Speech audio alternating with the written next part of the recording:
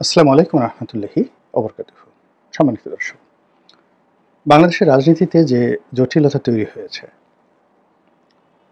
এবং যেভাবে একটার পর একটা সমস্যা দেখা দিচ্ছে এবং একটি সম্ভাবনার সঙ্গে একটি দুর্ঘটনা, একটি রাজনৈতিক দলের সঙ্গে অপর রাজনৈতিক দলের, ব্যক্তির সঙ্গে অপর ব্যক্তির যে সংঘাত এবং সংঘর্ষ অনিবার্য হয়ে পড়েছে, যেভাবে আমাদের সাধারণ মানুষের যে জনজীবন একটার পর একটা অর্শনীয় সংকেত দেখা দিচ্ছে, জনজীবন পরিচালনা করার যে সূচকগুলো রয়েছে, অন্ন, বস্ত্র, বাসস্থান, চিকিৎসা, প্রায় সব ক্ষেত্রেই মানুষ ক্রমশ দারিদ্রতার দিকে এগোচ্ছে। ক্রয় ক্ষমতা কমে যাচ্ছে, পুষ্টির যোগান কমে যাচ্ছে এবং সব মানুষের মধ্যেই অজানা ভয়, অজানা আতঙ্ক। ডক্টর মোহাম্মদ ইউনূস থেকে শুরু করে একেবারে রাজপথের যে শ্রমজীবী মানুষ, তার মধ্যেও একটা ভয়, একটা আতঙ্ক, একটা অস্বস্তি কাজ করছে। এবং অবাক করার ব্যাপার হলো যে কেউ জানে না যে ভয়টা কিসের, কেন তার ভালো লাগছে না, কেন অস্বস্তি, কেন অবসাদ, ঘুমাতে গেলে তার ঘুম আসছে না, খাবার টেবিলে বসলে খাবারে কোনো রুচি আসছে না, আবার খাবার খেলে হজম হচ্ছে না। কেন হচ্ছে না এই কাজগুলো? কেন? সবই তো সে নিয়ম মেনে করছে। যারা দারিদ্রতার মধ্যে আছেন তাদের কথা আলাদা, ধনী সচ্ছল যারা আছেন, এখন এই জমানাতে যাদের ব্যবসা বাণিজ্য ভালো, তাদের কেন মন খারাপ থাকবে? তো এই অবস্থা যে সৃষ্টি হয়েছে, এটার কারণ হলো আমাদের সব কিছুই এলোমেলো হয়ে গেছে। আমরা এখানে বসে বলতে পারছি না যে ১ মাস পরে কি হবে বাংলাদেশে। আমাদের যে সিভিল রাইট রয়েছে, এরপরে আমাদের রাষ্ট্রের কাছে যে পাওনা দেনা রয়েছে, আমরা রাষ্ট্রকে দিচ্ছি, কিন্তু রাষ্ট্রের কাছে যে আমাদের যে প্রাপ্তি, সেই প্রাপ্তির ব্যাপারে 1% কোনো নিশ্চয়তা নেই, কিন্তু রাষ্ট্র গলায় পাড়া দিয়ে আমাদের কাছ থেকে তার যা প্রাপ্য সেটা আদায় করে নিচ্ছে। এরপর যারা এই মুহূর্তে রাষ্ট্র পরিচালনা করছেন, তাদের সঙ্গে আমাদের কোনো সম্পর্ক নেই, তাদের প্রতি আমাদের কোনো সমর্থন, আমাদের ভালো লাগা, আমাদের ভালোবাসা এবং আমাদের যে বন্ধন, যে একটা ভোটের মাধ্যমে যা কিছু হয়, সেই জিনিসগুলো নেই। ফলে যে হতাশা এবং অনিশ্চয়তা, এটা যারা শাসক এবং যারা শাসিত, কিংবা যারা পরিচালক, কিংবা যারা জনগণ, তাদের সকলের মধ্যে একটা অজানা আতঙ্ক, অজানা ভয় এবং পরস্পরকে অবিশ্বাস করার যে পরিস্থিতি, সেটি তৈরি হয়ে গেছে। জনগণ সরকারকে বিশ্বাস করছে না, সরকার জনগণকে বিশ্বাস করছে না, রাজনৈতিক দলগুলো সরকারকে বিশ্বাস করছে না, সরকার রাজনৈতিক দলগুলোকে বিশ্বাস করছে না, রাজনৈতিক দলগুলো জনগণের প্রতি নির্ভর করতে পারছে না, আর জনগণও রাজনৈতিক দলগুলোর প্রতি নির্ভর করতে পারছে না। এটা হলো আজকের দিনের সবচেয়ে নির্মম এবং রূঢ় বাস্তবতা। তো সেই অবস্থাতে বাংলাদেশের সবচেয়ে যে বৃহৎ রাজনৈতিক দল এবং সবচেয়ে জনপ্রিয় দল বিএনপি, আওয়ামী লীগ চলে যাওয়ার পরে সংগতির কারণে বিএনপির জনপ্রিয়তা এবং তাদের যে ব্যাপ্তি, এটা বেড়ে গেছে। তো তারা রাষ্ট্র ক্ষমতায় আসবে, রাষ্ট্র পরিচালনা করবে, দেশ পরিচালনা করবে। এটা তো আমরা সেই 2024 সনের পুরোটা সময় ধরে চোখ বুজে বলে দিয়েছি। কিন্তু 2025 সনের জানুয়ারি থেকে এই সম্ভাবনা ক্রমশ ফিকে হওয়া শুরু করেছে। আমাদের মধ্যে সন্দেহ দেখা দিয়েছে এবং এই সন্দেহ আরও দিনকে দিন প্রবল থেকে প্রবলতর হচ্ছে। এর কারণ হলো বিএনপি যে বিজয়ী দল বা বিজয়ী হবেন তারা, এর লক্ষণ হিসাবে আমরা যেটা দেখব সেটা হলো তাদের প্রতি মানুষের ভালোবাসা, তাদের প্রতি মানুষের নির্ভরতা, যোগাযোগ এবং তাদেরকে কেন্দ্র করে মানুষের সৌজন্য প্রদর্শন, ভদ্রতা প্রদর্শন, এটি থাকবে তুঙ্গে। কিন্তু সেই জিনিসটি কিন্তু এখন হচ্ছে না। বিএনপির সঙ্গে প্রায় সবাই বিরোধে জড়িয়ে পড়েছে। জামাতের সঙ্গে বিএনপি বিরোধ, কিংস পার্টি যেগুলো রয়েছে তাদের সঙ্গে বিএনপির বিরোধ, এরপর ইসলামী দলগুলো, হেফাজত ইসলামী, তাদের সঙ্গে বিএনপির বিরোধ, চরমনায়ের পীর সাহেবের যে দল ইসলামী আন্দোলন, তাদের সঙ্গে বিরোধ রয়েছে। তাহলে কি হচ্ছে? বিএনপি সম্পূর্ণ একক একটি দল আবার অন্যদিকে ছোট ছোট রাজনৈতিক দল যারা রয়েছেন, এরকম 20 থেকে 25, এর মধ্যে অতি সম্প্রতি প্রতিষ্ঠিত হয়েছে এমন দলও রয়েছে।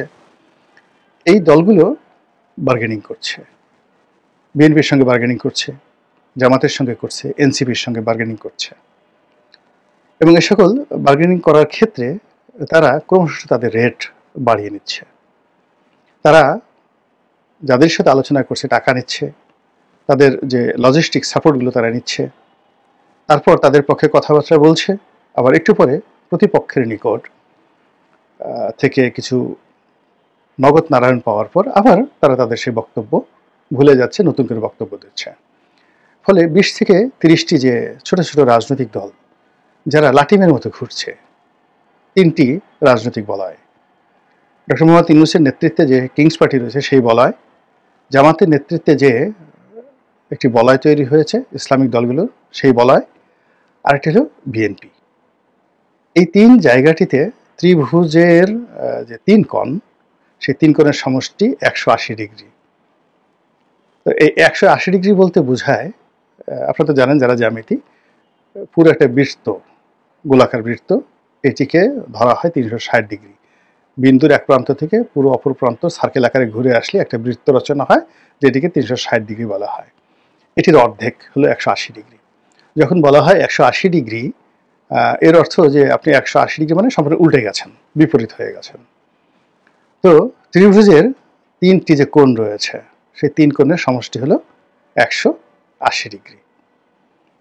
তো এই 180 ডিগ্রি যে 3 কোণের সমষ্টি, তো এই যে রাজনীতির যে ত্রিভুজ, সেই ত্রিভুজে লাটিমের মতো যে 30-40টি দল ঘুরছে, তারা প্রথমে ধরেন সমদ্বিবাহু ত্রিভুজ মনে করলো, 2 পক্ষের কাছে গেল, এরপর তৃতীয় কোণে গেল, এবং ঘুরে যখন আবার আসলো তখন তারা 180 ডিগ্রি অ্যাঙ্গেলে পুরো চেঞ্জ হয়ে গেল। প্রতিদিনই তারা এইভাবে পরিবর্তন হচ্ছে। এর ফলে কি হচ্ছে, প্রায় বড় দলগুলো যারা আছে সবাই আত্মবিশ্বাস হারিয়ে ফেলেছে। যেমন এরকম বড় বড় ঘটনা ঘটে, রাজারা তাদের নিজেদের ক্ষমতা, নিজেদের মিলিটারি, এগুলোর প্রতি নির্ভর না করে যখন সামন্ত রাজাদের উপর নির্ভর করতো অতীতে, আর সামন্ত রাজারা একটা সময় আওরঙ্গজেবের পক্ষে আসতেন, একসময় শিবাজির পক্ষে আসতেন। সামন্ত রাজারা একসময় ইশাখার পক্ষে আসতেন, আর এক সময় মীর জুমলার পক্ষে আসতেন, অথবা মানসিংহের পক্ষে আসতেন। তো মীর জুমলার পক্ষে যখন আসতেন তখন ইশাখা ছিল না, তার ছেলে মুশাখা ছিল নেতৃত্বে। তো এই যখন ঘটনা ঘটে তখন উভয় রাজারই মারাত্মক ক্ষতি হয়।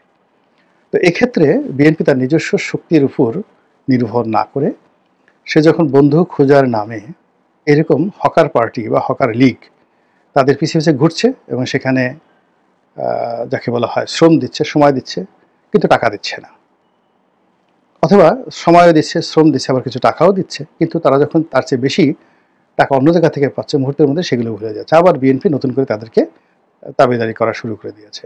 এর ফলে বিএনপির যে নিজস্ব যে স্ট্রেংথ, যে ক্ষমতা, সাংগঠনিক ক্ষমতা, এটা দিনকে দিন কমে যাচ্ছে।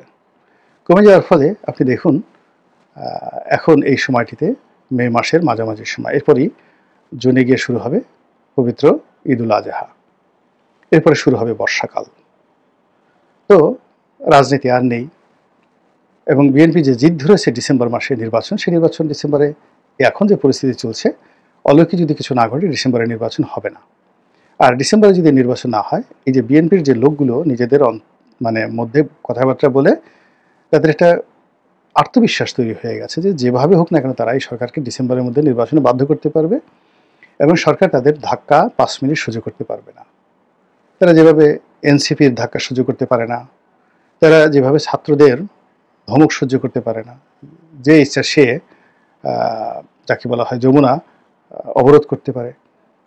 তো এই বিশ্বাসটা চির ধরেছে বিএনপির অতি সম্প্রতি। এর কারণ হলো, যমুনার সামনে তারাই যেতে পারে যমুনার মালিক যাদেরকে আশা করে ওখানে যাওয়ার অনুমতি দেয়, আর যমুনার মালিক যাদেরকে প্যাদানি দিতে চায় তাদের অবস্থা কি হয়। অতি সম্প্রতি একটি বিশ্ববিদ্যালয়ের শিক্ষার্থী এবং শিক্ষক সম্মিলিতভাবে সেখানে গিয়ে কী ধরনের নাজেহালের শিকার হয়েছেন তা আমরা অতি সম্প্রতি সেটা দেখেছি।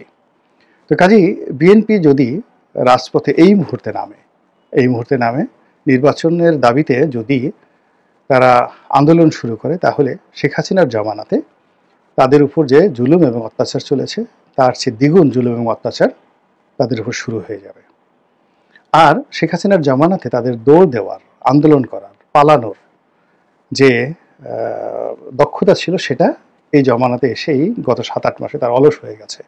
অনেকের শরীরে মেদ জমেছে, অনেকে স্থূল হয়ে গেছেন, অনেকে শরীর ছেড়ে দিয়েছে অনেকের, ফলে তারা পালাতেও পারবেন না, ঝুঁকি নিতে পারবেন না। দ্বিতীয়ত হলো দলের মধ্যে যারা ইতিমধ্যে টাকা পয়সার মালিক হয়েছেন, চাঁদাবাজি করেছেন, দুর্নীতি করেছেন, তারা যে কোনো মূল্যে সরকারের সঙ্গে নেগোসিয়েশন করার জন্য, এমনকি এনসিপিতে জয়েন করে তাদের হাতকে শক্তিশালী করার জন্য তারা বিএনপি সর্বনাশ ঘটাবেন। ফলে আপাত যে পরিবেশ এবং পরিস্থিতি তৈরি হয়েছে তাতে করে মনে হচ্ছে যে সময়টা এখন বিএনপির ভালো যাচ্ছে না, এবং এটি সহসা ইউটার্ন করে বা 180 ডিগ্রি অ্যাঙ্গেলে বিএনপির জন্য একটি শুভ পরিণয় বয়ে নিয়ে আসবে, এরকম কোনো লক্ষণ কিন্তু দেখা যাচ্ছে না। অন্যদিকে বিএনপি যারা প্রতিপক্ষ তারা যদি বিজয়ী হয়, সেটা সরকার হোক বা জামাতই হোক, তো সেক্ষেত্রে বিএনপির উপর যে দুর্ভোগ এবং দুর্দশা, সেই দুর্দশা অতীতের যে কোনো সময়ের চেয়ে বেশি হবে এবং বিএনপির কষ্ট বাড়বে। কাজেই বিএনপির হাতে কিন্তু সময় খুব অল্প, ভীষণ রকম অল্প ইউটার্ন নেওয়ার এবং সকল কিছু তাদের নিয়ন্ত্রণে নিয়ে আসার।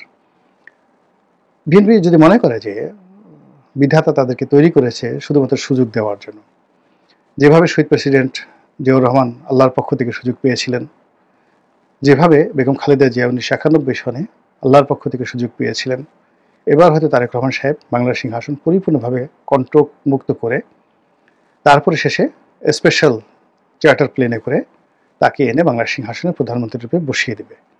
এই জিনিসটি সম্ভবত এ দফায় হচ্ছে না। ফলে কি হচ্ছে, বিএনপির যে ট্রেন্ড মিস হয়েছে, যেটি তারা করতে পারত এই বছরের জানুয়ারি মাসে অথবা গত বছরের অর্থাৎ 2024 সনের আগস্ট সেপ্টেম্বর মাসে, অর্থাৎ আগস্ট সেপ্টেম্বর মাসে প্রকৃতি তাদেরকে যে সুযোগ দিয়েছিল এবং 2025 সনের জানুয়ারি মাসে প্রকৃতি তাদেরকে যে সুযোগ দিয়েছিল, সেই সুযোগটি তারা আসলে কাজে লাগাতে পারেনি।